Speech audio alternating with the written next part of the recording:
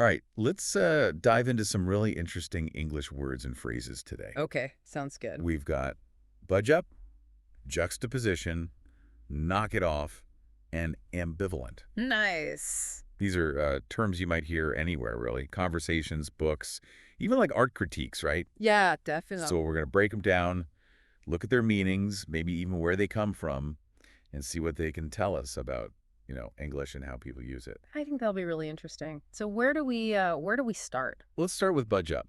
Okay. This one, like, instantly makes me think of being on some crowded London bus. All right. And someone's like, all polite, asking me to scoot over a bit. Makes sense. It's British, yeah. Yeah, it's definitely British slang. And it kind of says a lot about British culture, don't Yeah. you think? Like, Yeah. this idea of having to share space and, be considerate of others, even when it's packed. Oh, absolutely. It's almost like a little dance of politeness, budging up. Totally.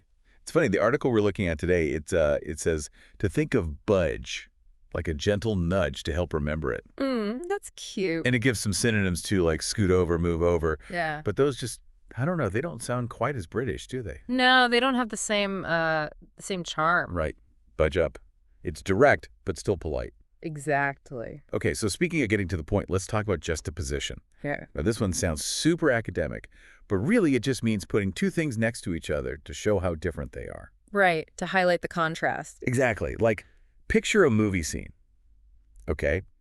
It cuts back and forth between a peaceful, like, countryside scene Okay. and then, bam, a chaotic city street. Ooh, I see. That contrast, it really makes an impact. Oh, yeah. And the effect can be like super powerful. Imagine like the beginning of a film like City of God. Right. You've got these vibrant colors and this lively music playing in a favela, and then suddenly what? armed drug dealers. Yeah, and that juxtaposition, it sets the whole tone. Makes sense. Right. And it hints at what the film's really about. The violence, the poverty. Wow, that's a great example. I remember that scene so clearly, and now I get how juxtaposition played a part in that. It's fascinating how these techniques work, isn't it? It is. The article, it mentions visualizing different objects to remember this word. Right. But your example with the movie, that's way more interesting. Well, I think visuals are just more powerful than thinking about words, especially with a concept like juxtaposition. Yeah, for sure. Okay, ready for something a little more assertive? Uh-huh. Oh, yeah. Knock it off. Oh, yeah. Like the ultimate phrase to stop someone from being annoying, right? Yeah. Someone's tapping their pen during a meeting, you just want to yell, knock it off. Yeah, exactly. It's direct, maybe a bit aggressive even, but it gets the message across. No messing around. Nope. And the fact that it comes from American English, that's kind of interesting too. Yeah, the article says it probably popped up in the early 1900s, maybe reflecting a faster pace of life back then, and a more direct way of talking to each other. It's crazy how much you can learn about, like, culture and history just from a phrase. I know, right? It makes you wonder what other phrases and other languages are like. Oh, yeah. How they reflect different cultures. Exactly. Like language is always changing, always adapting to, like, what's going on in society. That's so cool. Okay, last word for today, ambivalent. Right. This one's for when you're feeling totally torn. Torn. Yeah, like imagine you get offered your dream job, Okay. but it means moving away from everything you know and love.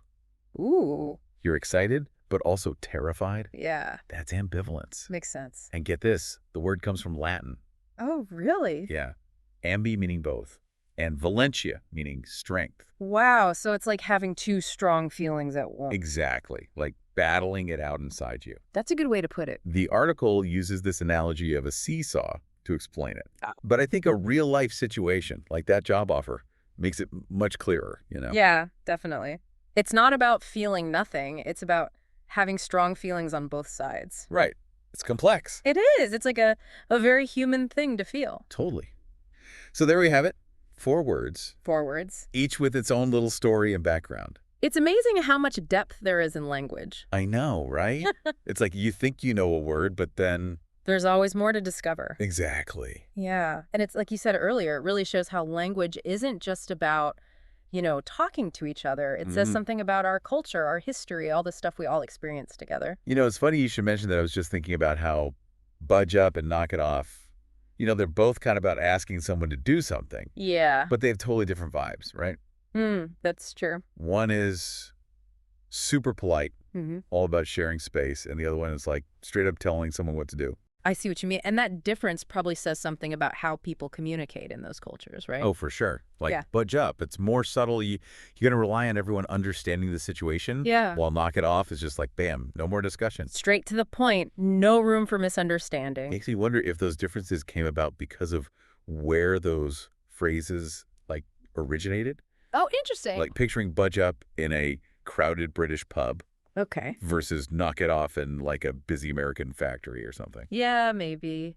Remember the article said knock it off probably got popular in the U.S. in the early 1900s? Uh-huh. At a time when things were changing fast, lots of industry and cities growing. Right. So maybe people needed to talk to each other more directly to get things done. Yeah, that makes a lot of sense. And speaking of history, I'm curious about juxtaposition, like in art and literature. Okay. It sounds kind of fancy, right? Yeah. But I bet artists have been using that technique forever. Oh, absolutely.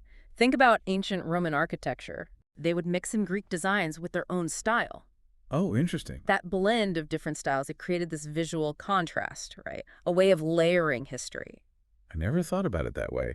So juxtaposition isn't just about putting, like, opposite images next to each other. Not necessarily. It can also be about mixing styles and ideas. Exactly. And that can make people think more deeply about how those elements connect. Right. Kind of like how ambivalent describes those complicated feelings we get sometimes. Yeah, It's not about feeling nothing. It's about feeling lots of strong things all at once. that's a good point.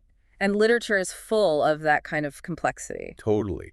Like, think about Shakespeare's Hamlet. Oh, yeah. He's famous for being torn between wanting revenge and then having all these moral doubts. Right. His to be or not to be speech is a classic example of ambivalence. He's wrestling with all these conflicting desires, Yeah. and the audience is right there with him, feeling that turmoil. Exactly. And it's through language, through words like ambivalent, that we can understand those feelings. You know, as we've been talking now, I've realized that all these words, budge up, juxtaposition, knock it off, ambivalent, they really highlight how important context is.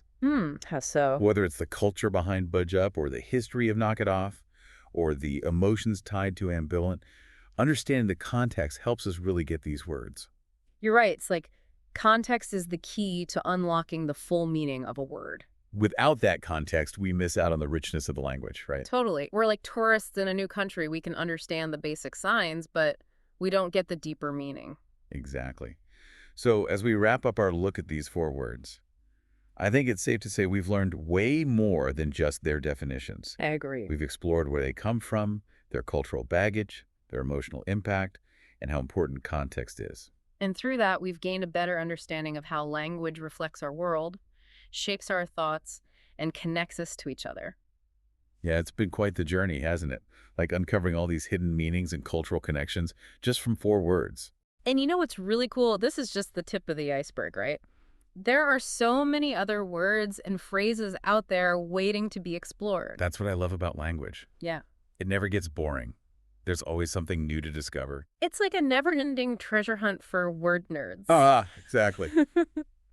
You know, as we've been talking, I've been thinking about how budge up, juxtaposition, knock it off, and ambivalent, they're not just words. They're like tools. Tools. And tools that we can use to communicate better, to express ourselves more clearly, and to understand the world around us. Oh, I like that. And the more tools we have, the better we can navigate all the, the complexities of language and thought. Right. So as we wrap up this deep dive, I want to leave our listeners with a challenge. Keep exploring. Pay attention to the words you hear every day, the phrases that make you curious, the slang that makes you laugh. Yeah, don't just accept them at face value, dig a little deeper. Exactly. Uncover their origins, their cultural baggage, those hidden meanings. And don't be shy about asking questions either. What kind of questions? Like, why is this word used this way? What historical events or social trends might have shaped its meaning? How does it reflect the values of the people who use it? The more you question, the more you learn. Absolutely. And the more you learn, the more you appreciate how rich and complex the English language really is. It's a journey that never ends. Yeah. And one that I hope our listeners will continue with, enthusiasm and an open mind. So keep those ears open, keep those minds engaged, and keep those dictionaries handy. The world of words is out there waiting to be discovered. Who knows, maybe you'll even find some linguistic gems that we missed today. Until next time, happy word nerding, everyone.